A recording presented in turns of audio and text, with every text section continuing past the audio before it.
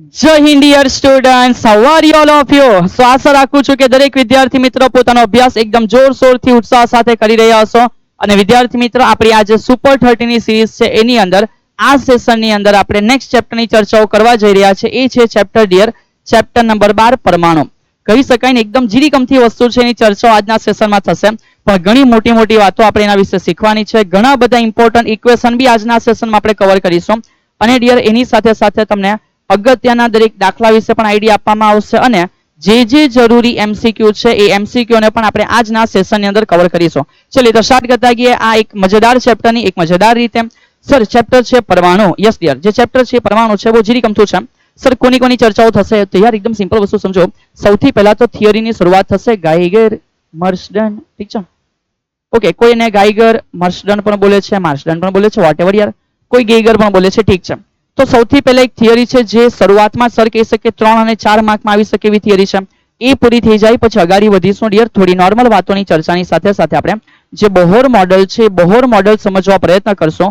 અને ડિયર એ Bohr model દ્વારા ત્રિજ્યા અને ઉર્જા વિશેના જે ઇમ્પોર્ટન્ટ ઇક્વેશન્સ કમ્પ્લીટલી કેવી રીતે ડિરાઈવ કરવા એની પ્રોસેસ સર અહીંયા તમને બતાવી દેશે આખી. સો આશા રાખું છું કે આખી થિયરી રિપીટ થઈ જશે ડિયર. અને ત્યાર પછી આગળ વધ્યા કે એ થઈ જાય પછી આપણે શું કરીશું તો ડિયર ત્યાર પછી આગળના ખેલની અંદર આપણે ઘણી બધી કોમન વાતોને મગજમાં ભેગી કરશું અને જે પણ કંઈક દાખલાઓ છે એટલે કે જે સમ્સ છે એને કમ્પ્લીટ કરીશું અને સાથે સાથે આપણે એમસીક્યુ ને પણ એટ ધી એન્ડ કમ્પ્લીટ કરશું. ચલિए તો વેરી ફર્સ્ટ સ્ટાર્ટ કરશું સર. પહેલો જે પ્રશ્ન છે ચેપ્ટરની અંદર, જો કે આ પ્રશ્ન આવવા પહેલા થોડી નોર્મલ બાબત હોય છે કે જે થોમ્સનજી છે એ સૌથી પહેલા પરમાણુ માટે તરબૂચ મોડેલ લઈને આવે છે. સો એમના પ્રમાણે તરબૂચ એટલે શું કહેવા માંગે છે એ સમજો. જે પરમાણુ છે ડિયર તરબૂચ જેવું છે એવું થોમ્સનજીને લાગે છે. જે આખો રેડ પોર્શન છે ને એમને એવું માનવું છે કે આ પ્લમ ભાગ જાણે પરમાણુમાં એક ધન વિદ્યુત ભાર હોય એમ બધી બાજુએ ફેલાયેલો હોવો જોઈએ. અને એ તરબૂચની અંદર જેવી રીતે કાળા બિયા હોય છે તો અહીંયા એવું માનવામાં આવે છે કે આ કાળા બિયા જાણે ઇલેક્ટ્રોનની જેમ વર્તે છે. બટ પછી એ વસ્તુની અંદર ઘણા અલગ અલગ પ્રકારની ખામીઓ સર્જાય છે. સ્થિત વિદ્યુત સ્થિતિમાન પ્રમાણે જે વિદ્યુત ભાર એ જગ્યા ઉપર સ્થિર નહીં રહી શકે. જો સ્થિર છે તો વિકિરણનું ઉત્સર્જન કઈ રીતે કરશે, આ બધી ઘણી મેટરો છે એની તકલીફ સર્જાય છે. પછી આગળનો જે ખેલ છે રુથરફોર્ડ દ્વારા આપવામાં આવે છે ડિયર. એમને એવું લાગે છે કે ભાઈ પરમાણુ જે છે ને એની અંદર બી સૂર્ય જેવી રીતે સેન્ટરમાં છે એવી રીતે સેન્ટરમાં કંઈક હોવું જોઈએ.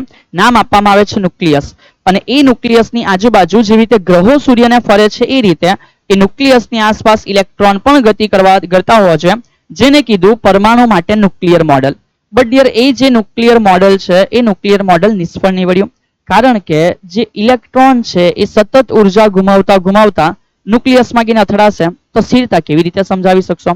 ચલિए તો આ બધી વાતોને સાઈડ ઉપર રાખતા જે એકચ્યુઅલ વસ્તુ અહીંથી ઇમ્પોર્ટન્ટ છે એના ઉપર સર તમને લઈ જાય છે કે વેરી ફર્સ્ટ ડિયર જે ઇમ્પોર્ટન્ટ વસ્તુ છે એ છે ગેઈગર. ઠીક છે, ગેઈગર મર્સડન નો પ્રકીર્ણનનો પ્રયોગ છે.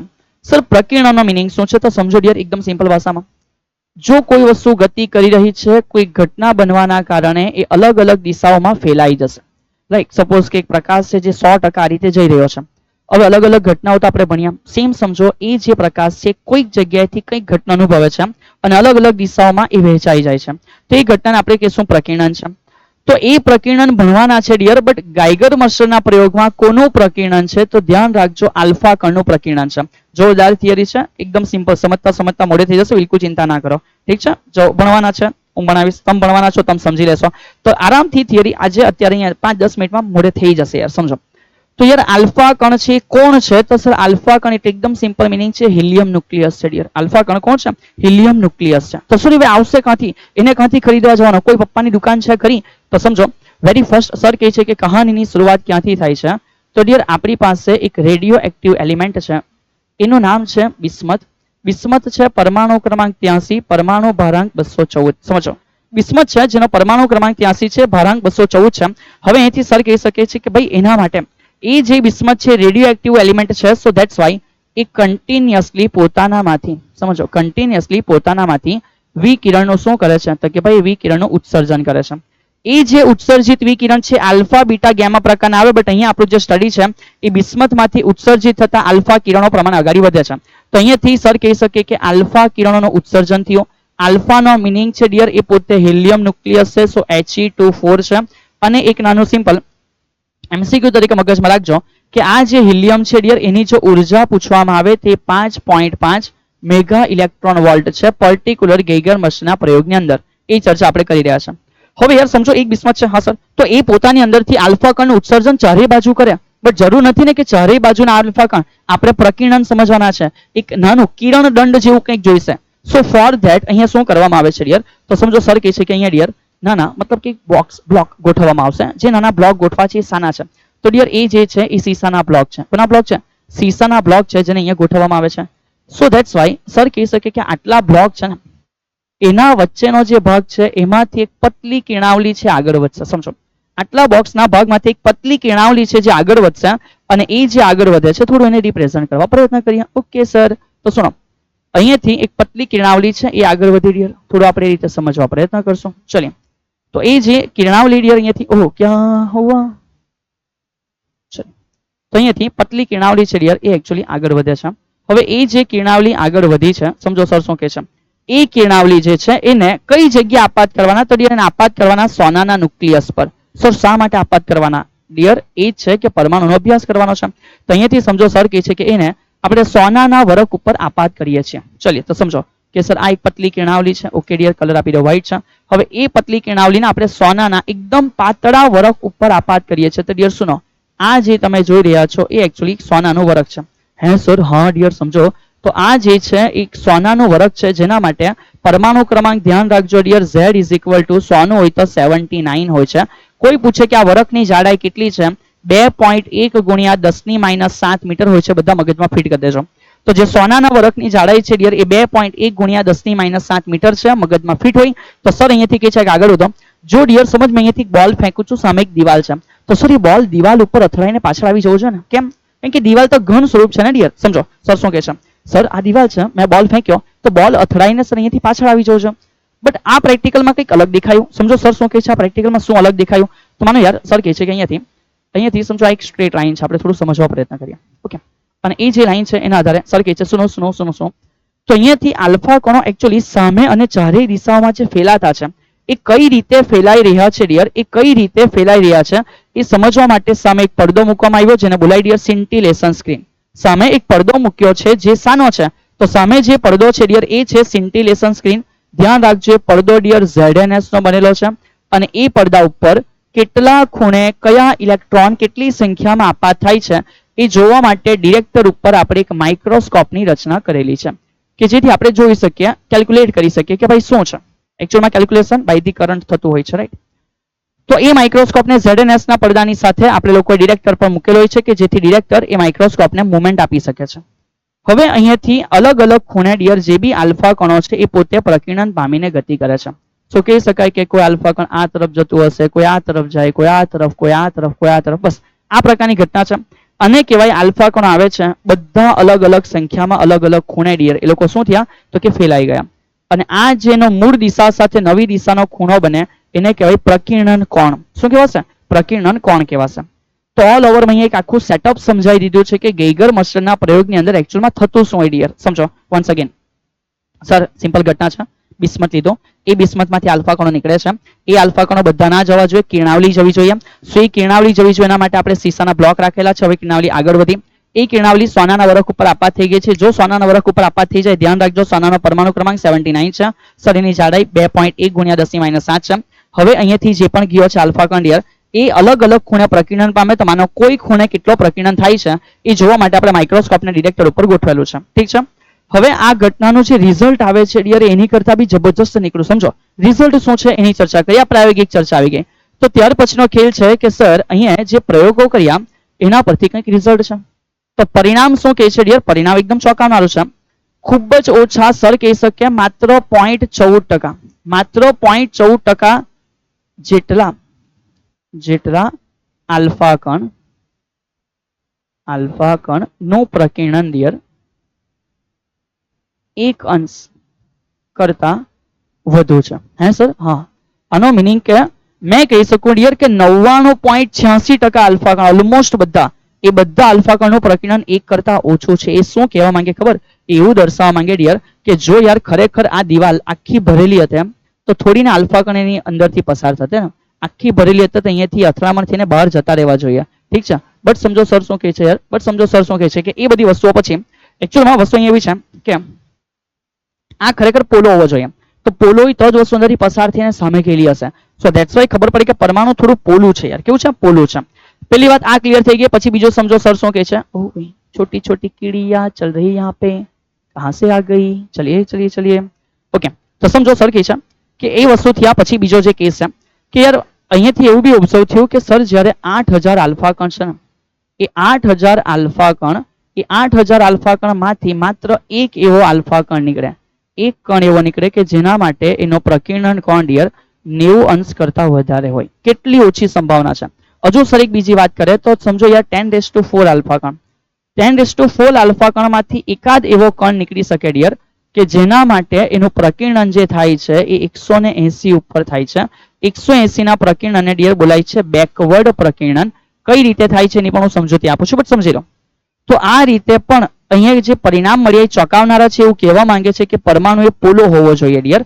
અને એની સાથે સાથે જો તમે ગ્રાફ ક્રિએટ કરો છો તો ગ્રાફ શું સમજૂતી આપે છે સમજો ડિયર. અહીં આ ગ્રાફ જે છે ને ધ્યાન રાખજો કે આખો ગોખવાનો નથી પણ એનો મિનિંગ તો ખબર હોવો જોઈએ કે સર જો આ જગ્યા આપણે સંખ્યા રાખીએ અને આ જગ્યા આપણે થીટા રાખીએ છીએ તો આ ગ્રાફ તમને આ રીતે કંઈક મળે છે. જે કહેવા માંગે છે ડિયર આ જે ગ્રાફ આ રીતે કંઈક મળેલો છે, રાઈટ છે.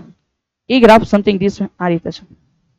તો એ ગ્રાફ તમને કહેવા માંગે છે ડિયર કે જેમ જેમ થીટા જે વધે છે ડિયર, જેમ જેમ થીટા વધે છે તેમ તેમ સંખ્યા શું થાય છે તો કે સર સંખ્યા ઘટે છે. ઓકે ચलिए, તો એ વસ્તુની કાળજી રાખજો. થોડો મારો ગ્રાફ ટેढ़ो થઈ ગયો છે, બટ ટેढ़ा है तो मेरा है, चलिए कुछ भी है.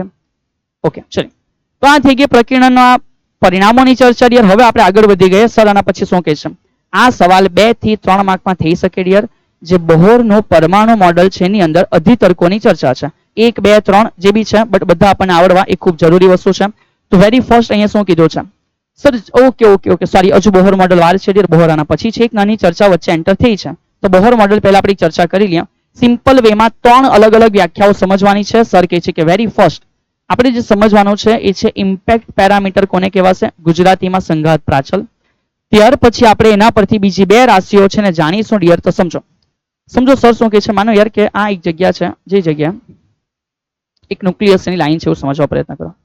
તો માનો સર કહે છે કે ડિયર આ છે ન્યુક્લિયસ. શું છે તો કે સર આ ન્યુક્લિયસ છે. ઓકે, હવે એ જે ન્યુક્લિયસ છે ડિયર એના માટે સમજો શું કહે છે સર કે માનો એના ઉપર આલ્ફા કણો આપણે આપાત કર્યા છે. તો જે આલ્ફા કણો આપાત કર્યા છે જરૂરી થોડી છે કે બધા આલ્ફા કણો સીધા એના ઉપર જ ગઈને અથડામણ કરતા હશે. દરેક આલ્ફા કણનો પોતપોતાનો કંઈક અલગ માર્ગ હશે.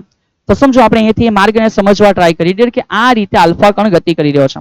તો જે આલ્ફા કણ ગતિ કરી રહ્યો છે ડિયર સમજો એ આલ્ફા કણ જ્યારે જ્યારે નજીક આવતો જશે તેમ ન્યુક્લિયસ કેવું છે? સર ન્યુક્લિયસમાં પ્રોટોન છે એટલે ધન વિદ્યુતભારિત છે. સેમ એવી રીતે અહીંયા આલ્ફા કણ જે છે એમાં હિલિયમ છે, 2 પ્રોટોન આવેલા છે, ધન વિદ્યુતભારિત છે. તો ડિયર જ્યારે એ આ તરફ ગતિ કરે અને કહેવાય આલ્ફા કણનો વેગ સદિશ. તો એ જ્યારે ગતિ કરતા કરતા ડિયર પહોંચશે તો સમજો એકચ્યુઅલી થશે શું? આ બેની વચ્ચે સર અપાકર્ષણ અપાકર્ષણ અપાકર્ષણ. તો એ જે અપાકર્ષણ છે ડિયર એ આને પોતાનાથી દૂર મોકલી આપશે. ઓહ સર, હા સર સમજો. તો અપાકર્ષણ એને પોતાનાથી દૂર મોકલશે. સમજ પડી? તો આ એકચ્યુઅલી એવું કહેવા માંગે છે કે જે ઇલેક્ટ્રોન અહીંયાથી ગયા છે ને બહાર એ અથડામણ કરી નથી ગયા ડિયર. એ જે ગયા છે એ બીકોઝ ઓફ એક અપાકર્ષણ બળ છે એને ધક્કો મારને બહાર મોકલે છે. તો સમજો સર શું કહે છે કે અહીંયા જ્યારે આપણે આ વાતો સમજી રહ્યા છે ત્યારે ડિયર આ વેગ સદિશ અને આ ન્યુક્લિયસ વચ્ચે જે લંબ અંતર છે એ આપણને અહીંયા જે વેલ્યુ આપે છે ને ઇમ્પેક્ટ પેરામીટર બી બોલવામાં આવે છે. સમજો એને ઇમ્પેક્ટ પેરામીટર બી બોલવામાં આવે છે. હવે એક એવો ખાસ કેસ લઈએ કે સર જ્યારે માનો આ જે બી છે એ નીચે આવી ગયું, રાઈટ, ધીમે ધીમે ઘટે ઘટે ઘટે ઘટે ઘટે. તમે કહી શકો માનો આ એક એવી લાઈન છે ડિયર કે જેના માટે અહીંયાથી જો આલ્ફા કણ જાય તો બી બરાબર 0 છે. ઓકે, તો સમજો હવે એને કઈ સમજ્યા કે સર સમજો અહીંયાથી જો આલ્ફા કણ ગતિ કરી રહ્યો છે તો એ આલ્ફા કણ ગતિ કરીને સીધો જ્યારે જાય છે ડિયર તો સમજો સર શું કહી શકીએ? પ્રારંભમાં આની પાસે કોણ છે? તો પ્રારંભમાં એ ગતિ કરે છે બીકોઝ એની પાસે ગતિ ઉર્જા છે. જેમ એ નજીક જશે ડિયર, જેમ એ નજીક જશે તેમ ધીમે ધીમે ધીમે ધીમે એની ગતિ ઉર્જા ઓછી થશે કારણ કે અપાકર્ષણનો સામનો કરવો પડે. તો એક એવી જગ્યા આવી જશે કે જ્યાં ડિયર જ્યાં એ પોતે પોતાની બધી ગતિ ઉર્જા ગુમાવી ચૂકેલો હશે. અને અહીંયા આવ્યા પછી ડિયર સમજો અહીંયા આવી ગયા પછી શું થશે? એ કમ્પ્લીટલી અહીંયાથી પાછો રિવર્સ થઈ જશે. કેમ? કારણ કે ગતિ ઉર્જા છે, ગતિ ઉર્જા અટકી અટકી અટકીને થશે એ 0 થઈ ગઈ. જેવી 0 થઈ ગઈ આની જ સ્થિતિ ઉર્જા બેટાને અહીંયાથી પાછો દૂર મોકલી દેશે. તો એ આવે છે આ મુજબ પણ પછી આ મુજબ ડિયર રિટર્ન થઈ જશે. તો સર કહી શકે આ ઘટનામાં થયું શું? તો સમજો એકચ્યુઅલમાં શું એ આ તરફ ગતિ કરે છે? હા સર, બટ આફ્ટર ધેટ અથડામણ નથી થઈ છતાં બી અપાકર્ષણ દ્વારા આ બાજુ દૂર જશે. તો આનો જે રિટર્નનો ખૂણો બની ગયો ડિયર એ 180 છે. આવા પ્રકીર્ણનને નામ અપાય કે આ બેકવર્ડ પ્રકીર્ણન છે ડિયર. અને એ બેકવર્ડ પ્રકીર્ણનની અંદર સમજો મેં એવું કહી શકું ડિયર, સર અહીંયા એવું કહી શકે કે બેકવર્ડ પ્રકીર્ણનમાં આ ન્યુક્લિયસનો સેન્ટર અને આલ્ફા કણ બેની વચ્ચે એક એકદમ જીરી કમથું ડિસ્ટન્સ બાકી રહી ગયો છે, રાઈટ. બેની વચ્ચે એકદમ જીરી કમથું એક ડિસ્ટન્સ બાકી રહી ગયો છે. તો એને આપણે આર નોટ બોલશું, કોઈને ડી બોલે છે, વોટ એવર ડિયર. આ જે છે એને કહેવાશે distance of closest approach, right. અને શું બોલાશે? Distance of closest approach dear બોલવામાં આવશે. તો સમજો આ જે આર નોટ છે ડિસ્ટન્સ ઓફ ક્લોઝેસ્ટ એપ્રોચ ન્યૂનતમ અંતર છે. અને જો કોઈ સમમાં તમને પૂછે છે કે આ કેટલું હશે, તો અહીંયાથી સર એકદમ સિમ્પલ મગજમાં શોર્ટ પેટર્ન ફિટ કરાવે છે ડિયર. સમજો કે શોર્ટ પેટર્ન કહેવા શું માંગે છે? બસ એટલું કહેવા માંગે છે કે ભાઈ સુનો, અહીંયાથી જે ગયું છે એ ગતિ ઉર્જા સાથે ગયું છે ને એ ગતિ ઉર્જા ડિયર અહીંયા ન્યુક્લિયસની સામે આવીને શું થયો છે સર? એ કમ્પ્લીટલી સ્થિતિ ઉર્જામાં રૂપાંતરિત થઈ ગઈ છે. તો જ્યારે ડિયર તમને ડિસ્ટન્સ ઓફ ક્લોઝેસ્ટ એપ્રોચ વિશે પૂછવામાં આવે ધેન મસ્ટ બી રિમેમ્બર કે સર એવા કેસમાં જે ગતિ ઉર્જા આલ્ફા કણ પાસે છે એ સ્થિતિ ઉર્જામાં રૂપાંતરિત થઈ ગયા હશે.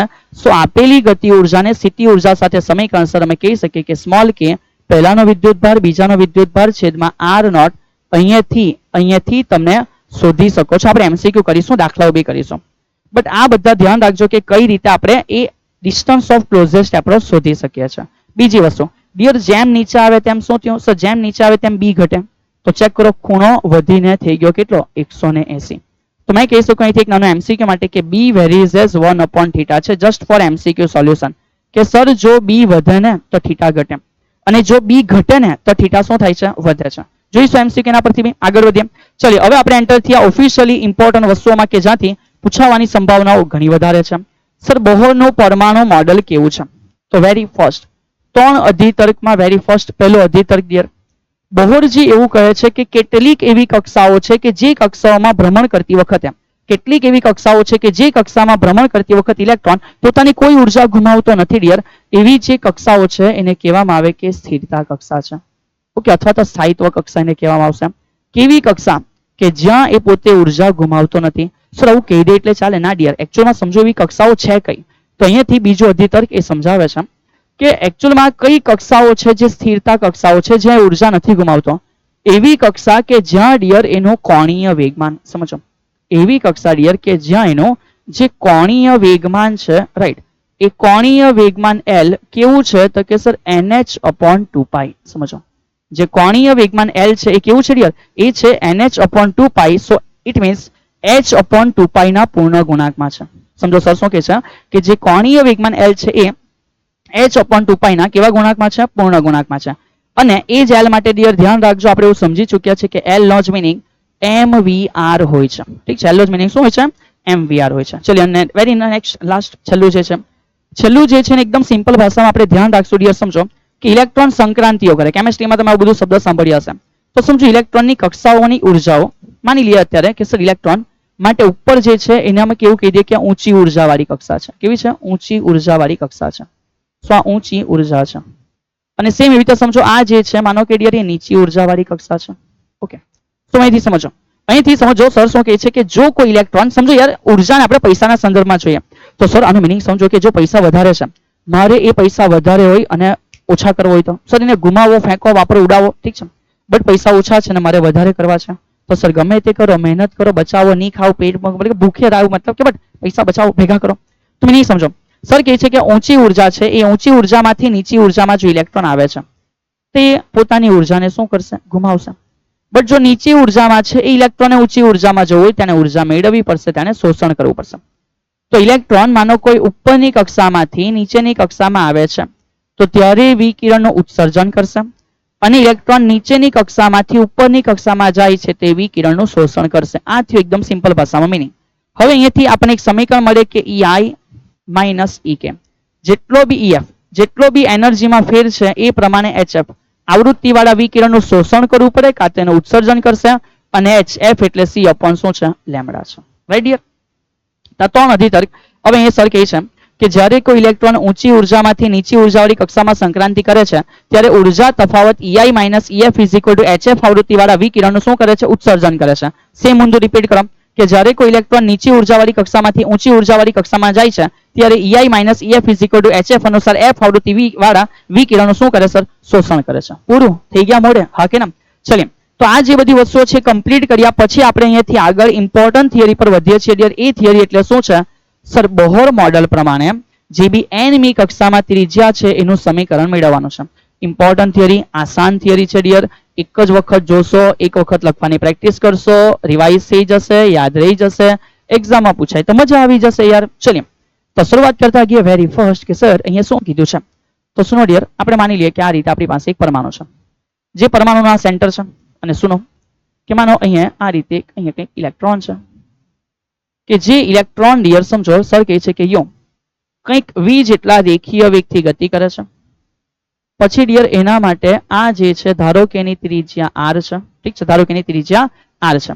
ઇલેક્ટ્રોન ગતિ કરે તો એઝ્યુમ કરો કે એનું કંઈક દળ m છે ડિયર. રાઈટ, આ વસ્તુને આપણે કાળજી રાખવાની છે. બીજો, આ કોઈકનું તો ન્યુક્લિયસ હશે. સમજો આ જે પણ છે એ કોઈકનું શું હશે ડિયર? ન્યુક્લિયસ હશે.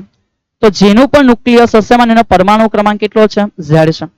તો આટલી કોમન વાતોને તમે સૌથી પહેલા લખશો. લાઈક સપોઝ એક ફિગર બનાવી, ન્યુક્લિયસ છે, પરમાણુ ક્રમાંક z છે, તેનો વિદ્યુતભાર Ze થાય, ઇલેક્ટ્રોન છે એનો વિદ્યુતભાર E છે, એનો દળ m છે, એનો રેખીય વેગ v છે, વોટએવર. મતલબ કે આ બધી વાતો થઈ ગયા પછી મેં ત્રિજ્યા પર કઈ રીતે જઈશ એના ઉપર આપણું પૂરતું ફોકસ છે. તો વેરી ફર્સ્ટ યર સમજો સર કહે છે કે અહીંયા આપણે જે અધિતર્ક છે એ અધિતર્ક આપણને શું સમજાવવા માંગે છે? તો અધિતર્ક પ્રમાણે આપણે જાણીએ છીએ ડિયર કે શું L કોણીય વેગમાનનો મીનિંગ mvr છે? Yes sir. શું એનો જ મીનિંગ nh/2π પણ આપણે જાણીએ છીએ? તો કે હા સર. સો ડિયર અહીંયાથી જો મેં ઈચ્છું તો v માટે એક સમીકરણ બનાવી શકું છું કે v ઇઝ ઇક્વલ ટુ લખી શકાય nh/2πmr, જેને બધા સર જોડે ધ્યાન રાખજો કે આવું એક સમીકરણ આપણે રેડી કર્યું છે. તો જે v છે ડિયર એનું એક સમીકરણ તૈયાર થયું કે v is equal to nh/ શું છે? 2πmr છે. ચલો અહીંયાથી આગળ વધીએ ડિયર કે મને એકવાર v મળી ગયો છે, કોઈ ના નથી ડિયર. ચલો મને v મળી ગયો છે, કોઈ ના નથી. આગળનો ખેલ સર v મળી ગયા પછી હવે અહીંયા સમજો યાર ઇલેક્ટ્રોન શું કરે છે? સર ઇલેક્ટ્રોન સતત ને સતત વર્તુળાકાર ગતિ કરે. ડિયર વર્તુળાકાર ગતિ કેમ થાય? કોઈ પણ વસ્તુ ત્યારે વર્તુળાકાર ગતિ કરે જ્યારે એના ઉપર કેન્દ્રને અનુલક્ષીને એક બળ લાગતું છે, કેન્દ્રગામી બળ. જો કોઈ પદાર્થ રસ્તા ઉપર ગોળ ફરે છે તો ત્યાં ઘર્ષણ બળે બળ પ્રોવાઈડ કરે. જો કોઈ વસ્તુ પૃથ્વીની આજુબાજુ ફરે છે લાઈક ચંદ્ર તો ગુરુત્વાકર્ષી બળ છે, સૂર્યની આજુબાજુ પૃથ્વી ગુરુત્વાકર્ષી બળ છે. એમ એક વિદ્યુતભાર બીજા વિદ્યુતભારની આસપાસ ફરે છે તો લખી શકાય કે અહીંયા જે વર્તુળાકાર ગતિ માટે F કેન્દ્રગામી બળ જોઈએ એ F જે બળ અહીંયા પૂરું પાડે છે ડિયર એ કયું બળ હશે સર? એ હશે અમારી પાસે કયું બળ? તો કે સર વિદ્યુતીય બળ હશે. ચલિए કેન્દ્રગામી બળનું સમીકરણ શું છે sir? mv² divided by r છે. અને વિદ્યુતીય બળનો મીનિંગ શું છે સર? Small k. રાઈટ છે, ઓકે. સ્મોલ k પછી પહેલો વિદ્યુતભાર કોણ છે સર? પહેલો વિદ્યુતભાર ન્યુક્લિયસનો Ze હોઈ શકે. તો ન્યુક્લિયસનો વિદ્યુતભાર Ze છે, ઇલેક્ટ્રોનનો વિદ્યુતભાર E હશે ડિયર, છેદમાં અંતર r આખાનો શું થશે? સ્ક્વેર થશે. ઓકે, હવે અહીંયાથી આપણે ચેક કરવાનું છે r આપણને કેવી રીતે મળશે ડિયર? તો વેરી ફર્સ્ટ ચેક કરો સર, એક r કેન્સલ. તો કે યસ સર. શું બીજું કઈ કેન્સલ થયું સર? કઈ નહીં. ચલો બધી વેલ્યુ મૂકવાના. સો ધેટ્સ વાય m છે ડિયર. v નો વર્ગ કરો તો આખી કિંમતનો વર્ગ કરશો n² h² 4π² m² r². સો સર લખે છે n² h² ડિવાઇડેડ બાય 2 નો વર્ગ 4 પાઈ નો સ્ક્વેર m નો સ્ક્વેર r નો સ્ક્વેર. સો m નો સ્ક્વેર r નો square which is equal to k નો મીનિંગ પણ લખી દે સર. k એટલે 1/4πε0 છે, z e નો સ્ક્વેર છે ડિવાઇડેડ બાય r છે. ચલો તો ચેક કરો શું માર ઠોક અફાળ કાટ કરતા કંઈક ઉડે છે ખરું સર? 1 4 1 પાઈ 1 4 1 પાઈ કેન્સલ. તો કે યસ સર. સર અહીંયાથી એક m બી કેન્સલ થઈ ગયો, એક r બી કેન્સલ થઈ ગયો. ઓકે, ચલો તો જે બચ્યું છે ને પહેલા એકવાર લખી જો. તો સર અહીંયાથી અમે કહી શકીએ કે જે બચ્યું છે એમાં ઉપર છે n² h², okay, divided by pi m r is equal to આ તરફ શું છે? તો કે ભાઈ આ તરફ છે z² ડિવાઇડેડ બાય ε0. સો જો અહીંયાથી હવે મારે r ને સૂત્ર કરતા બનાવો છે ડિયર તો મને ફાઇનલ અહીંયાથી ફાઇનલ ઇક્વેશન મળશે જે તમારામાંથી ઘણા બધાને યાદ હોય એ જરૂરી વસ્તુ છે. ચલિए તો એ ફાઇનલ ઇક્વેશન શું હોવું જોઈએ? તો સમજો યાર સર કહે છે કે ભાઈ r is equal to, so r is equal to dear આ upper side, sorry r upper side આ ઉપર જશે તો લખી શકાય n² h² ε0 છેદમાં પાઈ z² m ડિયર. અને આ જે r નું સમીકરણ તૈયાર થયું છે આશા રાખું છું કે આપણને બધાને આ મોડે હોવું જોઈએ. સર ખરેખર મોડે કરવાનું બેટા, 5 વખત લખી નાખજે, 10 વખત લખી નાખજે, જે બી છે પણ મગજમાં ફિટ કરી દેજો. હવે સમજો આપણે આવી ગયું ને, હવે અહીંયાથી થોડું આગળ વધ્યા. સર એ અટકવાનું છે ના ડિયર, મને નથી લાગતું કે અહીં અટકો. સર લખે છે કે આપણી પાસે જે ત્રિજ્યા છે એ ત્રિજ્યાનું સમીકરણ શું છે? સર ત્રિજ્યાનું સમીકરણ r is equal to simple વેમાં n square h square epsilon naught છેદમાં પાઈ ઝેડ સ્ક્વેર એમ તો છે જ, કે જ્યાં મેં બધા અચળાંકોને છૂટા કરું ડિયર તો મને એવું પ્રાપ્ત થાય કે n સ્ક્વેર બાય ઝેડ જો મેં રાખું છું તો અહીંયા બધા અચળ છે, ચેક કરો h સ્ક્વેર એપ્સિલોન નોટ છેદમાં પાઈ સ્ક્વેર એમ, તો કે યસ સર બધા જ અચળાંકો છે. આ જેટલા બી છે બધા કોણ છે? અચળાંકો છે. શું મેં બધાની કિંમત મૂકી દેમ તો કંઈક ફાઇનલ આન્સર મળે? હા, એ આન્સર આપણે બધા મગજમાં ચોંટાડી દેવાનો છે, સમજો. તો સર કહે છે કે અહીંયા જે ફાઇનલ આન્સર મળવાનો છે એ છે n સ્ક્વેર બાય ઝેડ. આ બધાનો જે ટોટલ આન્સર થશે ડિયર એ થવાનો છે 0.53 અને એને એંગસ્ટ્રોમમાં છે, તો તમે બધા ધ્યાન રાખજો. ઓકે સર યાદ રાખો, ઇટ્સ મોર બેટર કે આ યાદ રાખો, ઘણા માટે બહુ ઇઝીલી કામ પૂરું થઈ જશે. હવે હજુ અહીંયાથી આગળ વધુ ડિયર મેં લખું છું કે હાઇડ્રોજન માટે સમજો. સો લખી શકાય હજુ આગળ લખવું હોય તો ડિયર હાઇડ્રોજન. સો એ હાઇડ્રોજન માટે આપણે જાણીએ છીએ કે જો z બરાબર 1 લેવામાં આવે, n બરાબર 1 લેવામાં આવે તો અહીંયાથી જે મળે ને એને કહેવાય બોહર કક્ષા. તો જે મળે ડિયર એનું નામ છે બોહર કક્ષા છે. અને એ બોહર કક્ષાનો મિનિંગ સમજો કે બોહર કક્ષા એટલે શું છે તો ભાઈ r. આની વેલ્યુ 1, આની વેલ્યુ 1, 1 નો વર્ગ 1 થાય તો બધું થઈને 1 છે. 0.53 જવાબ શામાં છે? એંગસ્ટ્રોમમાં છે. તો બધા વિદ્યાર્થી મિત્રો આ વસ્તુનું ધ્યાન રાખજો કે આ કઈ રીતે થયું છે. આગળનો ખેલ સમજીએ. સર અહીંયા શું આ થિયરી પતી ગઈ? યસ ડિયર, આ થિયરી અહીંયા પતી ગઈ, મારી કોઈના નથી. બટ મેં કેમ છું કે હજુ આપણે અટકવાના નથી. સર કહે છે કે અહીંથી આગળ આપણે ખેલ જોશું. શું આપણે એવું સમજી જઈએ કે વેગ v ઇઝ ઇક્વલ ટુ, શું આ દરમિયાન આપણે એવું જોયેલું હતું કે વેગ v is equal to nh upon 2 pi mr છે? તો કે યસ સર. થોડી શોર્ટ પેટર્ન માટે ડિયર હું તમને સમજાવી રહ્યો છે કે v is equal to nh upon 2 pi m છે. r નો મિનિંગ ડિયર જે સમીકરણ આપણે લઈ આવ્યા ને એ સમીકરણ અહીંયાથી સર મૂકે છે r માટે n square h square epsilon naught છેદનો ઉપર આવશે pi Z square m. Check કરો અહીંયા કઈ કઈ વસ્તુઓ કેન્સલ થાય છે. સો મેં કહી શકું ડિયર અહીંયાથી એક પાઈ કેન્સલ, તો કે ઓકે સર. ચલે બીજું કઈ કેન્સલ થાય છે તો કે સર એક m કેન્સલ, એક n, એક h, એક n, એક h કેન્સલ. ઓકે સો માટે મારે કોઈ શકું ડિયર કે v ઇઝ ઇક્વલ ટુ ઉપર જે બચે z સ્ક્વેર છે. શું છે? z સ્ક્વેર છે ડિવાઇડેડ બાય 2. ઓકે એક વાર n, એક વાર h, એક વાર એપ્સિલોન નોટ. તો ઓલ ઓવર ડિયર આ v નું સમીકરણ મેં નથી કહેતો કે રટ્ટો મારી લેવો, બટ છે તો સર બતાવ્યું છે જે કામ લાગશે જો શોર્ટ પેટર્ન સમજશો તો. સર કહે છે કે અહીંયાથી શોર્ટ પેટર્ન શું છે ડિયર સમજો. અહીંયાથી જે શોર્ટ પેટર્ન છે એ પ્રમાણે મેં લખી શકું કે v is equal to dear માનો મેં z બાય n ને અલગ રાખું છું, z બાય n અલગ રાખું છું, બીજું બધાની વેલ્યુ મને ખબર છે. સુનો સર અહીંયા ઉપર કોણ છે? સ્ક્વેર ડિવાઇડેડ બાય કોણ છે? સર 2 છે, h છે, એપ્સિલોન નોટ છે. તો ડિયર આ બધાની કિંમત મૂકી દેવાને તો અહીંયાથી જે સમીકરણ મળશે એને બધા મારા જોડે ફિટ મગજમાં બેસાડી દેજો કે v is equal to z by n. આનો ફાઇનલ આન્સર ડિયર 2.2 ઇન્ટુ 10⁶ વેગ છે તો મીટર પર સેકન્ડ પ્રાપ્ત થશે. તો 2.2 ગુણ્યા 10⁶ z બાય n. આ ઇક્વેશન તમને ક્લિયર હશે તો ઘણા બધા દાખલાઓ બહુ સરળતાથી તમારા પૂરા થઈ જશે. ઓકે ચલો આશા રાખું છું કે ભલે ત્રિજ્યા સુધી આપણો સવાલ હતો અહીંયા સવાલ સ્ટોપ થઈ ગયો, બટ વેગ માટે જે પણ એક્સ્ટ્રા ઇન્ફોર્મેશન તમને સમજાવી છે એ તમારા મગજમાં વ્યવસ્થિત સેટ થઈ ગયા હશે. રાઈટ ચલો તો ત્રિજ્યા વિશેની તો વાતો આપણે કરી લીધી. આગળનો ખેલ છે કરીએ સર. અને પછી હજુ એક અગત્યની થિયરી આવે છે. ત્રિજ્યા પછીની જે થિયરી છે કોના માટે છે ડિયર? ઉર્જા માટે થિયરી છે. સેમ કેસ ચાલશે બટ થોડું ડિફરન્ટ આવવાનું છે અને એની અંદરથી હજુ એક નાની શોર્ટ પેટર્ન આપણે ચેક કરશું કે જે શોર્ટ પેટર્નના લીધે ડિયર આપણે ઘણા બધા એમસીક્યુ ને આરામથી પૂરા કરી દેશું. ચલીએ તો અહીંયાથી કન્ટિન્યુ કરશું સર. આના પછીનો સવાલ બોહર પરમાણુ મોડેલ પ્રમાણે ત્રિજ્યાનું સમીકરણ તમે સ્વીકારી લો. હા સર એ તો અમે મેળવી લીધું છે. સેમ બધું છે, હવે લાવવાનું છે ઉર્જાનું સમીકરણ. તો સર કે છે સ્ટાર્ટિંગ માટે સૌથી પહેલું સેમ ફિગર. કેવી ફિગર? સેમ ફિગર છે જે પાછળ આપણે લખ્યું એ જ પ્રમાણે સેમ ફિગર સેમ ઇન્ફોર્મેશન. ચલો તો સ્ટાર્ટ ક્યાંથી કરશું? તો સર સ્ટાર્ટ કરવાનો સૌથી પહેલો મુદ્દો એ પોતે છે કે સર અહીંયા જે વર્તુળાકાર ગતિ થાય છે એ જે વર્તુળાકાર ગતિ છે એ વર્તુળાકાર ગતિ માટે સર એના ઉપર કયું બળ લાગતું હોય? સર કેન્દ્રગામી બળ. એ બળ કોણ લગાડે છે? સર એ બળ લગાડે છે વિદ્યુતીય બળ. ચલિए કેન્દ્રગામી બળનું સમીકરણ mv² ડિવાઇડેડ બાય r છે અને વિદ્યુતીય બળ સર કે પહેલો વિદ્યુતભાર z છે, બીજો વિદ્યુતભાર e છે, છેદમાં બેની વચ્ચેનો અંતર r નો સ્ક્વેર છે. ઓકે તો અહીંયાથી સમજો યાર આ જે કેસ છે અહીંયાથી મારે કામ શું કરવાનું છે? સર મારે લાવવાનું છે કુલ ઉર્જાનું સમીકરણ. સર કુલ ઉર્જા કેવી રીતે આવશે? અરે ડિયર હર બચ્ચાને ખબર છે સર એમાં બહુ કોમન વસ્તુ આવે કે કુલ ઉર્જા E લાવવાનો મીનિંગ છે કે સર K પ્લસ U થવું જોઈએ. તો પહેલા K શોધો પછી U શોધો, બેનો સરવાળો કરો, વાર્તા પૂરી. તો સર મને K કેવી રીતે મળશે? જો મળી ગયો. કેવી રીતે મળશે ને? મળી ગયો. એક આર કેન્સલ. તો કે યસ સર. શું મેં આને 2 વડે ગુણી કાઢું? હા સર, તમારે આને 2 વડે ગુણો છો 1/2 mv સ્ક્વેર. Okay sir. તો અહીંયા પણ 2 વડે ગુણી નાખો. kz square divided by twice r. શું આ ગતિ ઉર્જા છે? તો કે યસ સર. સો ગતિ ઉર્જા K is equal to small k z square divided by twice r.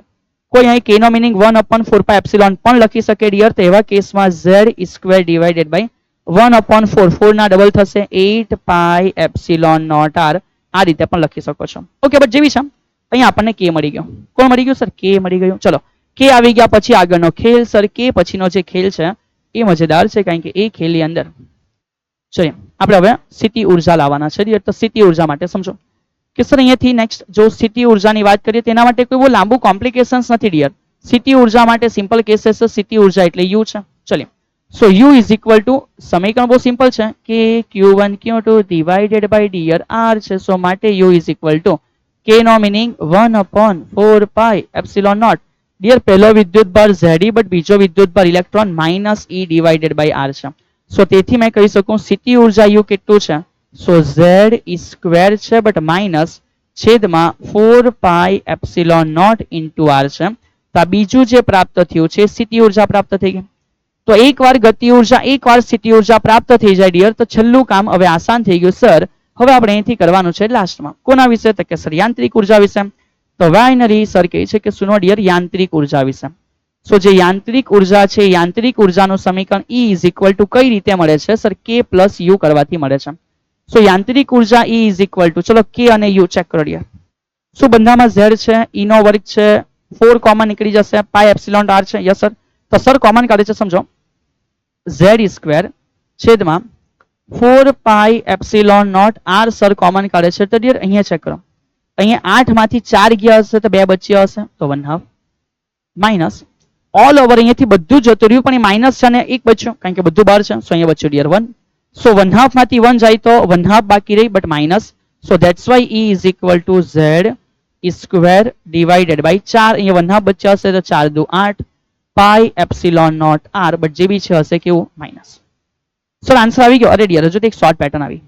અહીંયાથી સર કહે છે કે શું અટકી જવાનું? ના ડિયર, અહીંયા અટકવાનું નથી. બટ સમજો સર કહે છે કે અહીંયા એક ઈંડા જેવી નાની શોર્ટ પેટર્ન છે તો સર તમને ડિસ્પ્લે કરે છે ડિયર. સમજો એક ઈંડા જેવી નાની શોર્ટ પેટર્ન છે. સમજો સર શું કહે છે અહીંયાથી બધા આના ઉપર યોગ્ય ધ્યાન આપશો.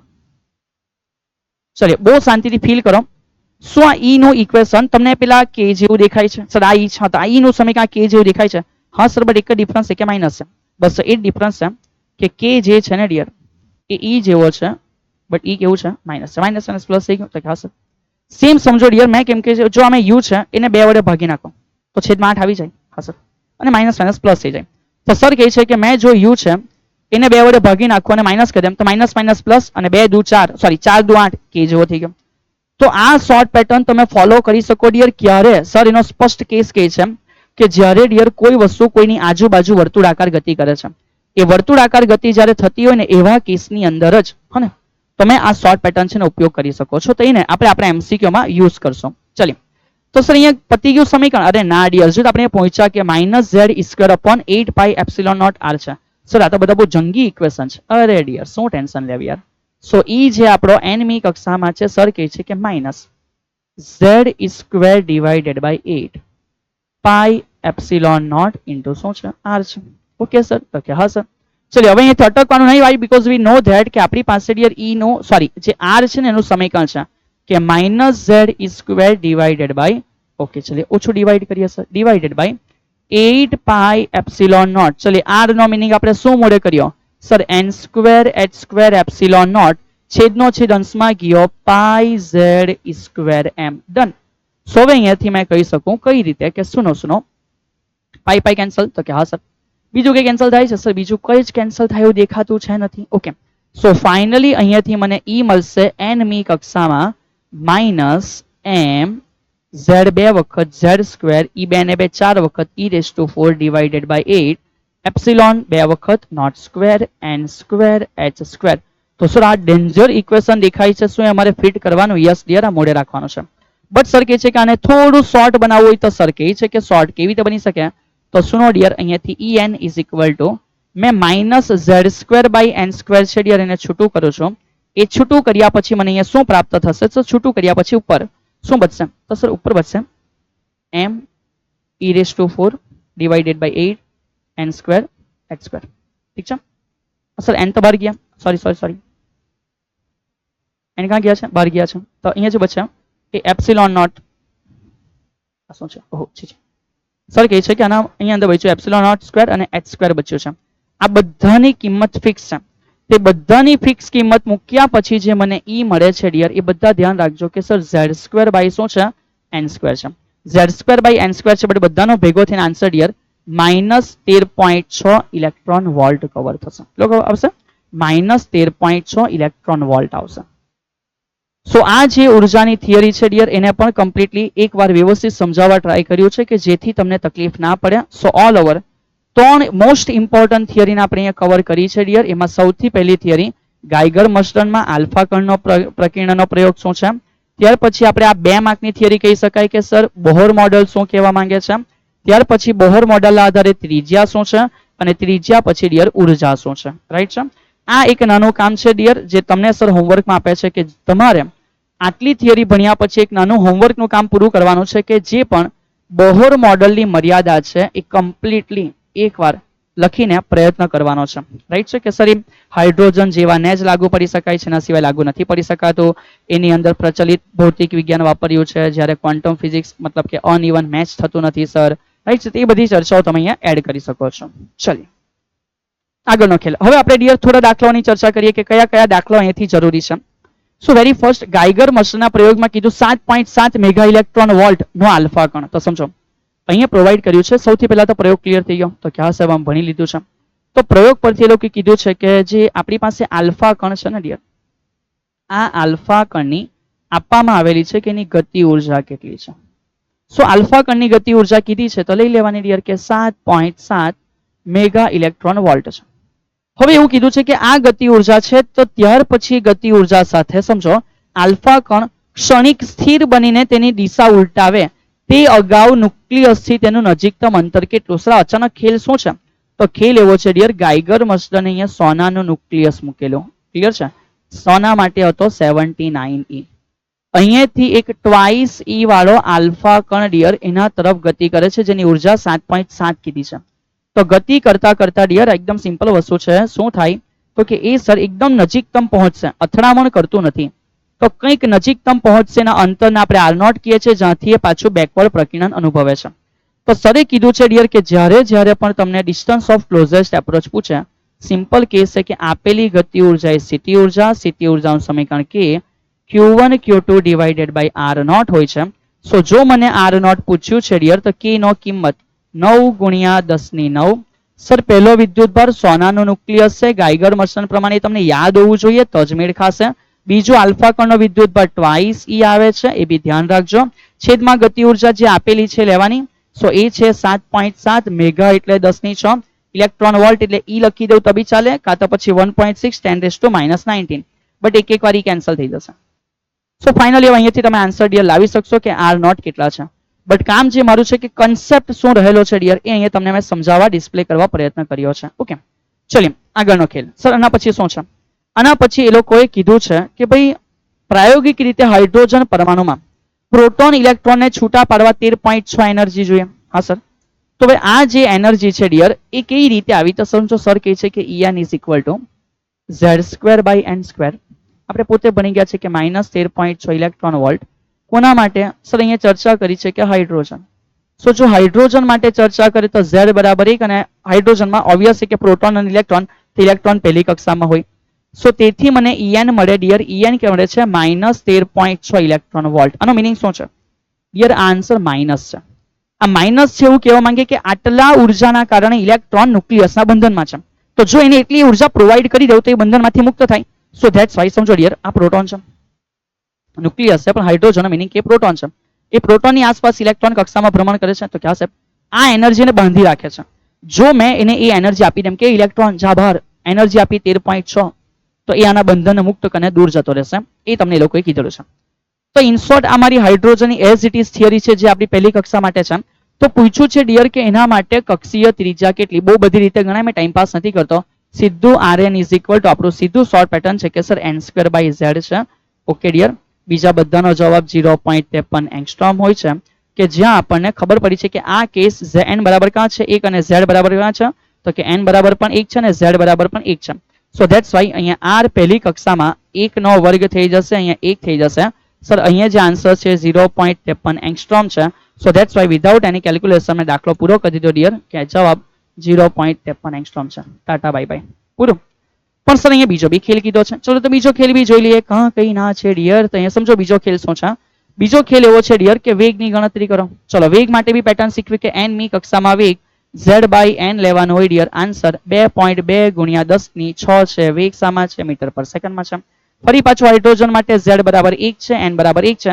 કોઈ ગણતરીની ડિયર વાર્તા પતી ગઈ કે સર પહેલી કક્ષામાં આ 1 છે 1 છે, તો આન્સર 2.2 × 10 ની કેટલી છે? 6 મીટર પર સેકન્ડ છે. પૂરું. ઓહો હા પૂરું, ઠીક છે. તો જે વસ્તુ આપણે થિયરી સમજ્યા ને એ જ પોતે દાખલામાં કન્વર્ટ થઈ ગયું એકદમ ઇઝીલી, કેલ્ક્યુલેશન વગર જ આરામથી 2 માર્ક આવી ગયા યાર. આગળનો ખેલ સમજો. સર અહીંયા કીધું છે, સમજો આગળ શોર્ટ પેટર્ન આધારિત દાખલો છે. સર અહીંયા કીધું છે કે હાઇડ્રોજન પરમાણુની ધર અવસ્થાની ઉર્જા આપેલી છે, તો એની જે ધર અવસ્થામાં કુલ ઉર્જા છે એ -13.6 ઇલેક્ટ્રોન વોલ્ટ છે. પૂછ્યું છે કે ગતિ ઉર્જા અને સ્થિતિ ઉર્જા કેટલી. ચલિए સુનો, શોર્ટ પેટર્ન શું કહે છે. સર શોર્ટ પેટર્ન કહે છે કે k = -E = -u/2 છે. ચલો સૌથી પહેલા આ બેને કમ્પેર કરીએ. સો મેં કહી શકું k = ચલો e ની વેલ્યુ કેટલી છે? -13.6 છે sir electron volt. So that's Y મને k મળી ગયા, k બરાબર -13.6 electron volt. Tata bye bye, વાર્તા પૂરી. Okay sir. બટ બીજું સમજો કે હજુ સ્થિતિ ઉર્જા શોધવાની, તો કે હા સર સ્થિતિ ઉર્જા બી શોધવાની. તો માનો યાર આ બેને કમ્પેર કરીએ. સર પહેલા તો માઇનસ પ્લસ થઈ ગયા. સો e = u/2 છે. સો માટે જો સ્થિતિ ઉર્જા શોધવી છે તો u = twice e છે. સો સર 2 છે, e ની વેલ્યુ -13.6 છે. સો ડિયર 13 ના ડબલ 26, 6 ના ડબલ 12 થાય, 26 ને 27. સો થઈ જશે -27.2 ઇલેક્ટ્રોન વોલ્ટ. અને આ રીતે ડિયર જે સ્થિતિ ઉર્જા છે એ પણ અહીંયા કમ્પ્લીટ થઈ ગઈ. હા કે ના યાર? ચલિए તો ઓલ ઓવર આ બધા સમ્સ બહુ આરામથી તમે કરી લેશો. આશા રાખું છું કે સમજ પડી હશે. હવે આગળનો ખેલ દુનિયા માટે આ જંગી જહાજ જેવો ખેલ છે ડિયર. બટ સમજો આ તમારા માટે બહુ આસાન થઈ જશે. સર બોહર મોડેલનો ઉપયોગ કરી n બરાબર 1, 2 અને 3 માટે શું લાવવાનું છે? ઇલેક્ટ્રોનની ઝડપ અને પછી આવર્તકાળ. તો સમજો સર કહે છે કે સૌથી પહેલા બોહર મોડેલ પ્રમાણે ઝડપ શું છે? તો સર બોહર મોડેલ પ્રમાણે કોઈ પણ કક્ષામાં ઝડપ એ z/n 2.2 × 10⁶ મીટર પર સેકન્ડ પ્રમાણે હોય. અને એ રીતે ડિયર તમને યાદ કરાવી દેમ છું કે જો આવર્તકાળ હોય ને, રાઈટ, તો ધ્યાન રાખજો જે આવર્તકાળ છે t બરાબર ડિયર n³/z² આવશે. બાકીનામાં કોઈ 1.52 કોઈ 1.53 જે બી યાદ રાખીએ, પણ 10⁻16 સેકન્ડ આવશે. અહીં કેમ બી ઇક્વેશન ગોખીને લખો એની કરતા મોર બેટર કે નાનામાં નાનો શોર્ટ પેટર્ન છે ધ્યાન રાખો. સર હવે અહીંયાથી સ્ટાર્ટ કરવાનું છે કે n બરાબર 1 માટે. તો સમજો સર શું કહે છે. પહેલું તો કે ઉપયોગ કરીને કોના માટે? હાઇડ્રોજન. તો z તો ઓલરેડી 1 છે બંને કેસોમાં. બંને કેસોમાં z કેટલો છે? 1 છે. ચલિए n બરાબર 1. પહેલી કક્ષામાં વેગ v1 કેટલો થશે? 1/1. તો જવાબ સર 2.2 × 10⁶ મીટર પર સેકન્ડ. સર n બરાબર 2 માટે શું થશે? તો ડિયર v2 = અહીંયા ઉપર 1 છે નીચે 2, 22 ને 2 ભાગે, જવાબ 1.1 × 10⁶ મીટર પર સેકન્ડ. સેમ એવી રીતે સમજો n બરાબર જો 3 છે તો સર v3 બરાબર શું આવશે? તો સિમ્પલ કેસ ડિયર કે અહીંયા ભાગ્યા 3 કરો તો સર 22/3 કરવાથી 7 ભાગ્યા અને હવે થાય 7 તલી 21 અને 1/3 તો 0.33. તો સર કે 0.7333 × 10⁶ મીટર પર સેકન્ડ મળી જશે. ઓકે સેમ સમજો સર મને આવર્તકાળ પૂછ્યો છે તો ટેન્શન ના લેવ ડિયર. ચલિए તો સર કહે છે કે આવર્તકાળ n બરાબર પહેલી કક્ષામાં, તો સર સિમ્પલ છે કે ભાઈ અહીંયા t1 પહેલી કક્ષામાં 1 નો ઘન કેટલો? 1. તો બસ પતી ગયું. 1 નો ઘન 1 છે ગુણ્યા 1.53 ગુણ્યા 10⁻- કેટલી છે? 16 છે. સર સો n બરાબર જો બીજી કક્ષા હોય તો t2 = 2 નો ઘન કેટલો છે? 8 છે ગુણ્યા 1.53 ગુણ્યા 10⁻16 સેકન્ડ છે. કરી નાખજો તમે. અને n બરાબર જો ત્રીજી કક્ષામાં પૂછે તો t3 = 3 નો ઘન કરવાથી 9 તલી 27 છે, તો 27 છે ગુણ્યા 1.73 છે ગુણ્યા 10 કેટલી છે? -16 છે. કરી નાખજો. પતી ગયો દાખલો. તો ડિયર દાખલાને જાણે આપણે એક લાઈનમાં મતલબ કે સમજો યાર, ઠીક છે હે ને, બહુ આરામથી પતી જેવી વસ્તુઓ છે. તો બી પ્રેક્ટિકલ યાર, જે શીખ્યા છો ને એકદમ ઇઝીલી યુઝ કરો જેથી વસ્તુઓ તમને આસાન લાગશે, ધીમે ધીમે સમજ પડી જશે. આગળનો ખેલ, હવે આ જે ખેલ કીધો છે એ તમારા માટે હોમવર્ક છે. કેમ? બીકોઝ ત્રિજ્યા આપી છે બીજી કક્ષામાં અને ત્રીજી કક્ષામાં. સર અમે કેવી રીતે શોધશું? We don't know dear. ચલ આવી જાવ. Rn is equal two sir z²/n ને આવું જ ને? તો કે ના સર n²/z. બસ આવા જ લોચા પડશે ડિયર. n²/z 0.53 એંગસ્ટ્રોમ છે. એ જ લોકો અહીં આપેલું છે ડિયર. ઠીક છે. સો માનો કે n બરાબર ડિયર આપણે 1 લઈ લઈએ તો r પહેલી કક્ષામાં 1 નો વર્ગ 1 છે, z નો મિનિંગ 1 છે. આ 0.53 કરતા ઉપર લખ્યા સેમ થયું ને. 5.3 ગુણ્યા 10⁻11 છે. વાર્તા પતી ગઈ. સર n બરાબર 2 માટે r2 ઇઝ ઇક્વલ ટુ 2 નો વર્ગ 4 છે ગુણ્યા 5.3 ગુણ્યા 10⁻11 છે. અંતર મીટરમાં છે. તો સર n બરાબર 3 માટે કેટલા? તો ડિયર r3 બરાબર 3 નો વર્ગ 9 છે. સો 9 ગુણ્યા 5.3 ગુણ્યા 10⁻11 છે. આન્સર મીટરમાં છે. વાર્તા પતી. ઓહો ઇતના આસાન. Yes dear. આગળ વધીએ. આના પછીનો ખેલ શું છે? તો ડિયર આના પછીનો જે ખેલ છે, ઓરડાના તાપમાને 12.5 ઇલેક્ટ્રોન વોલ્ટની કિરણાવલી વાયુરૂપ હાઇડ્રોજન પર મારવામાં આવે છે. તો કઈ કઈ શ્રેણીઓ અહીંયાથી ઉત્સર્જિત થશે ડિયર? આ દાખલો બધા જ કમ્પ્લીટ કરશે. સારો દાખલો છે, અગત્યનો છે, બટ બધાથી થવો જોઈએ. ઠીક છે. આગળનો ખેલ. હવે યાર આ ઠીક છે યાર, ગણી નાખીએ. ચાલો. બોહર મોડેલ પ્રમાણે સૂર્યની આસપાસ 3 ગુણ્યા 10⁴ મીટર પર સેકન્ડની ઝડપ છે. તો કેટલી ઝડપ પ્રોવાઈડ કરી? 3 ગુણ્યા 10⁴ મીટર પર સેકન્ડની ઝડપ છે. સર એ કઈ ત્રિજ્યામાં? તો ત્રિજ્યા પ્રોવાઈડ કરી છે કે 1.5 ગુણ્યા 10⁻11 મીટર ની ત્રિજ્યામાં એ જે પૃથ્વીને ભ્રમણ કરે એના માટે ક્વોન્ટમ અંક શોધો. તો n બરાબર ક્વેશ્ચન માર્ક. પૃથ્વીનું દળ આપેલું છે. તો ડિયર ભ્રમણ કરે એ પ્રમાણે ક્વોન્ટમ અંક આપણે શોધવાનો બોહર મોડેલમાં. તો Bohr model L is equal to mvr છે, જેનો મિનિંગ nh અપોન શું છે? તો કે સર 2π છે. સો જો માટે અહીંયા ક્વોન્ટમ નંબર શોધવો છે તો 2π mvr ડિવાઇડેડ બાય h થઈ જશે. ચલો હવે ઇલેક્ટ્રોનની વાત નહીં ડિયર, કોની વાત કરી છે? સર m એટલે દળ કોનું મૂકવાનું? તો કે પૃથ્વીનો. વેગ આપેલો છે, ત્રિજ્યા આપેલી છે, h ની વેલ્યુ આપણને આઈડિયા છે. તો દાખલો થઈ જશે આરામથી. બસ થોડી કેલ્ક્યુલેશન તમારે કરવાની છે. Solve over. અહીંયાથી આપણે હવે MCQ ને સમજવાની શરૂઆત કરશું. સર કે MCQ કઈ રીતે શું હોઈ શકે છે? તો વેરી ફર્સ્ટ, જેમ ઇમ્પેક્ટ પેરામીટરનું મૂલ્ય મોટું તેમ પ્રકીર્ણન કોણ કેવો? સર એકદમ શોર્ટ પેટર્ન યાદ કરાવી. મેં નથી કીધું કે આવું યાદ રાખો, બટ આ ટેમ્પરરી છે. કેવું છે? ટેમ્પરરી છે ડિયર. કે સર ઇમ્પેક્ટ પેરામીટર કેવું છે? ઇમ્પેક્ટ પેરામીટરનું મૂલ્ય મોટું છે તો પ્રકીર્ણન કોણ ડિયર? નાનો બનશે. કેવો બનશે? નાનો. આગળનો ખેલ. ચલો આના પછી શું કીધું છે? MCQ માં કીધું છે કે 10 મેગા ઇલેક્ટ્રોન વોલ્ટ ઉર્જાવાળો આલ્ફા કણ છે. ઓકે. Z બરાબર 29 વાળા કોપર ઉપર જો હેડ ઓન સંઘાત કરે છે તો બંનેના કેન્દ્ર વચ્ચેનું નજીકતમ અંતર સમજો. સર સિમ્પલ છે. ગતિ ઉર્જાનો મિનિંગ સ્થિતિ ઉર્જા છે, તમે કીધું એ પ્રમાણે 1 અપોન. ઓકે એક કામ કરો, આપણે આખું લખીએ કે સર કે અને પછી પહેલાનો વિદ્યુતભાર 29 E છે સર. બીજું કોણ આપાત થયું? આલ્ફા કણ, એનો વિદ્યુતભાર ટ્વાઇસ E છે. છેદમાં નજીકતમ અંતર r0 છે. સો r0 is equal to k, તો કે સર 9 ગુણ્યા 10⁹ છે. 29 E નો મિનિંગ લખી શકાય 1.6 10⁻19 છે. સર 2 છે, અગેન E છે 1.6 10⁻19 છે. ના ડિવાઇડેડ બાય જે k છે ડિયર, ગતિ ઉર્જા કેટલી આપેલી છે? સર 10 મેગા એટલે 10⁶, ઇલેક્ટ્રોન વોલ્ટ એટલે 1.6 ઇન્ટુ 10⁻⁻ કેટલા છે? 19. સો નાવ તમે r0 બેટા અહીંયાથી ફાઇન્ડ આઉટ કરી લેશો. આસાન વસ્તુ છે. ચલો તો મે બી એનો જે એપ્રોક્સિમેટ આન્સર છે ડિયર ઓપ્શન બી આસપાસ છે. આગળનો ખેલ સમજો. અહીંયા શું કીધું છે? પ્રચલિત ભૌતિક વિજ્ઞાન અનુસાર r ત્રિજ્યામાં ઘૂમતા ઇલેક્ટ્રોનની ગતિ ઉર્જા પૂછી ડિયર. સમજો શું ગતિ ઉર્જા આપણે આપણી થિયરીમાં મેળવી? સર નથી મેળવી, તો યાદ કરી લો. શું આપણે એવું લખેલું કે mv² ડિવાઇડેડ બાય r છે એ કુલંબીય બળ જેવું કે પહેલાનો વિદ્યુતભાર z બીજાનો E છે, છેદમાં 2 ની વચ્ચેનો અંતર r નો શું છે? તો કે સર સ્ક્વેર છે. તો અહીંયાથી આપણે સિમ્પલ છે કે કેન્સલ કર્યું.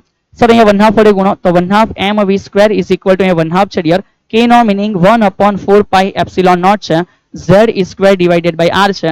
4 દુ 8 થઈ ગયા તો z² અપોન 8, z² અપોન 8 હે ને epsilon naught pi r. Done. આગળનો ખેલ. આના પછી કીધું છે કે ભાઈ ઇલેક્ટ્રોનનો કક્ષીય પ્રવેગ કેટલો? જોરદાર, ગુડ ક્વેશ્ચન ડિયર. આ ક્વેશ્ચન સારો છે યાર, મજાનો ક્વેશ્ચન છે. બચ્ચું નહીં જોઈને જાય તો ખબર જ નહીં પડે કે સાહેબ આ ક્યાંથી લાવવાના, આઉટ ઓફ સિલેબસ. અરે કોઈ આઉટ ઓફ સિલેબસ નહીં. શું ડિયર આપણે ભણ્યા કે L is equal to mvr? તો કે યસ સર. શું is equal to nh upon 2π છે? તો કે હા sir. That's why v is equal to છે, આપણે અડધે સુધી તો ભણી ચૂક્યા છે કે nh ના છેદમાં 2π mr ડિયર. હવે સમજો ઇલેક્ટ્રોન કેવી ગતિ કરે? સર વર્તુળાકાર કેન્દ્રગામી છે. તો મેં લખી શકું એની અંદર જે પ્રવેગ હોય એ કેન્દ્રગામી હશે. અને એ પ્રવેગનો મિનિંગ છે simple dear v square divided by r. શું મિનિંગ છે? v square divided by r. So that's why મેં બંને બાજુ વર્ગ લેમ તો v નો વર્ગ.